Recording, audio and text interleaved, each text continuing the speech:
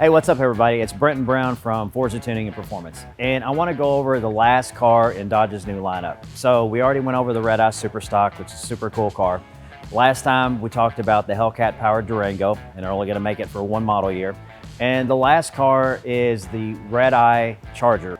I'm probably most excited about this car. So in 2015, when Dodge first released the Charger HELLCAT, it was the world's fastest mass production sedan ever. So again, now they've topped themselves again. But really, they didn't make a whole lot of changes in the Charger for a long time. The Challenger was the same for a few years, and they were revising some stuff on the Challenger. So in 2018, they came out with the Demon, which was obviously a crazy cool car. Then they immediately followed that up with, now you could get the Challenger HELLCAT in the regular body and then the wide body. So you had a couple choices there. A year later, they released the Redeye version.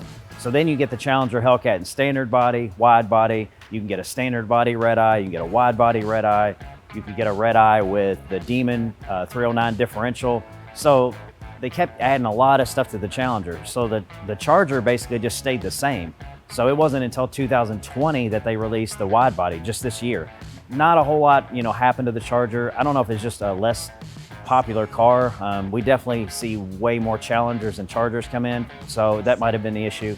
But I thought that the wide body Charger was a phenomenal idea, and now that's the only one they make. So in the Challenger, you can get a regular body and a wide body and a HELLCAT or a Redeye. If you're going to get a Charger HELLCAT, it is only available in the wide body, which to me, I'm not sure why they make the regular body Challenger. It's kind of pointless in my opinion. The car's biggest caveat is the lack of traction. So a wide body just makes more sense to me anyway, but whatever.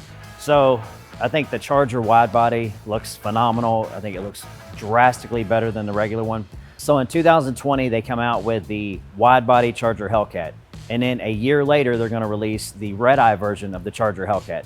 So they're gonna take orders this fall. So we should start seeing these things within the next, I would say, less than 6 months. So basically they just took the Redeye drivetrain from the Challenger, put it in the Charger, which makes perfect sense. They already had all the stuff in place.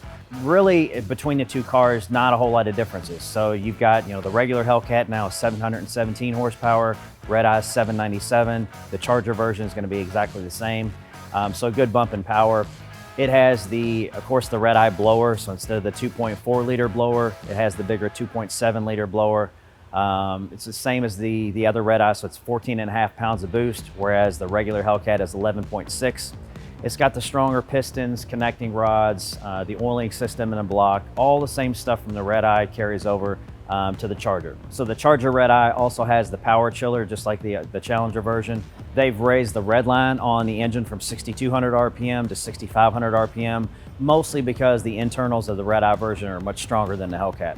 These are all things that are basically exactly the same between the two platforms. Now, something new that they have for the Charger is the revised hood. So it finally has a hood scoop and a much more efficient air intake design. In my opinion, I think the Charger really needed that. The Challenger always had a more efficient air intake design. It had the hole in the headlight, which the Charger has like a port, but it's not near of a direct line of air.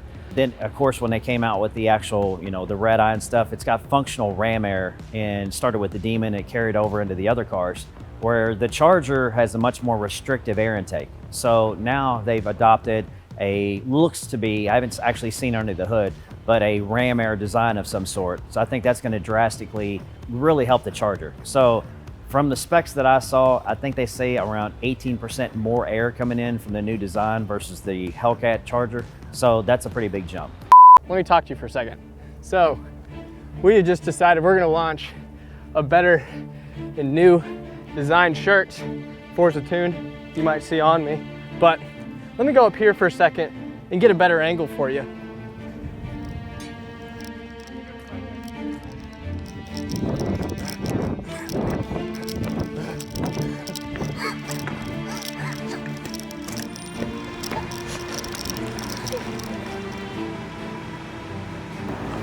So I don't know if you've heard about Forza Tuning and Performance, but we're known as being the best.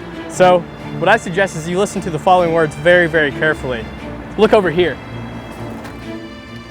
Well, Forza here has some new shirts that you can look forward to. But something really great about this is you guys are going to be able to design one and send it to us. Now, if you're ever feeling like your shirt's just not covering enough, ours will. You can put it on, rep our Forza merch, and be a part of the Forza family. Want to see you soon.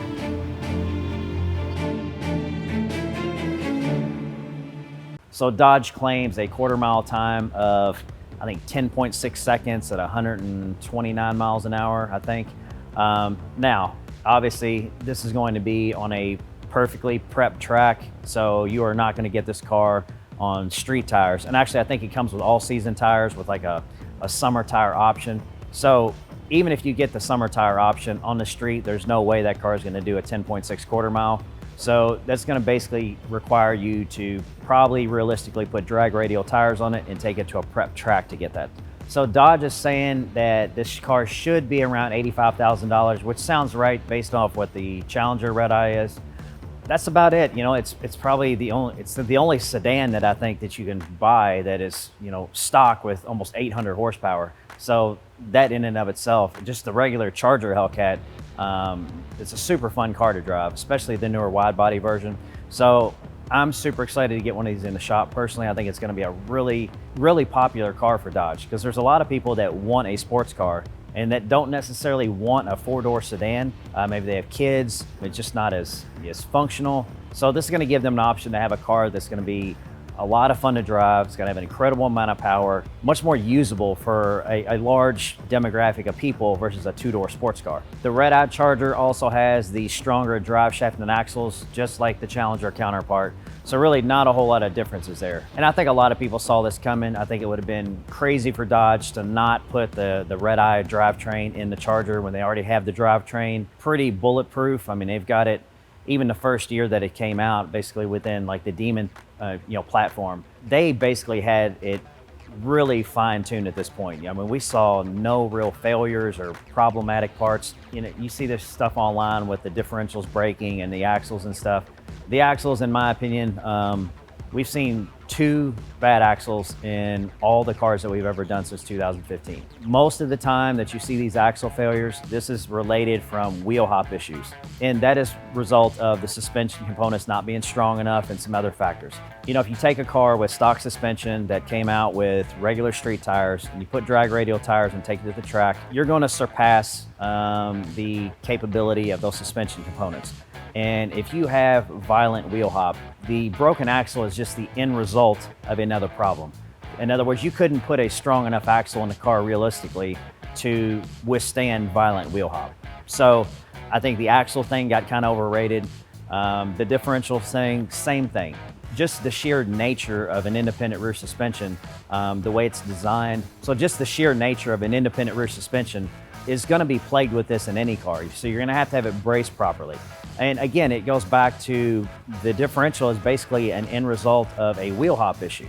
Okay, so same thing. You know, if I jack the back of the car up where the tires are off the ground, put it in gear, floored it, and let somebody let the jack down immediately and the tires hit the ground, the second the tires hit the ground, that's going to be an incredible jolt to the driveline. And that's exactly what it experiences under violent wheel hop conditions. So I kind of think it got a little bit of a bad rap. So overall, really good platform. I think it's going to be super popular. We've already got numerous customers waiting to buy one. So I'm sure as soon as they're released, we'll have one in here. We'll show you all. We'll do an impression. We'll drive it around. I'm sure do a package to it, so we'll give you some more information and maybe race it against a few different things so you all can see. So this about wraps it up for the 3 new platforms that they released. Now, the time of this video is being filmed, they just released yesterday the RAM TRX, which is the pickup truck with the HELLCAT engine in it. It's going to be 707 horsepower. I think they're kind of going after the Raptor there a little bit. One thing I did read is, just briefly, I don't know a whole lot about it, but I think it said like a top speed of like 113 or probably 118 miles an hour. And some people were already asking me about that. I'm sure that that is limited in the calibration, which obviously we will take that off, you know. So unless the gearing in that truck is just incredibly low, which based off the wheel and tire size, I don't think that it will be. I'm saying that they're just governing it at 118 miles an hour. So, you know, that's my little take on that. That's the only questions I've got. So super excited about seeing that and going over that in a video. So this about wraps it up. Again, thanks for watching, everybody. If you like the videos, make sure you like and subscribe. We'll see you again next time.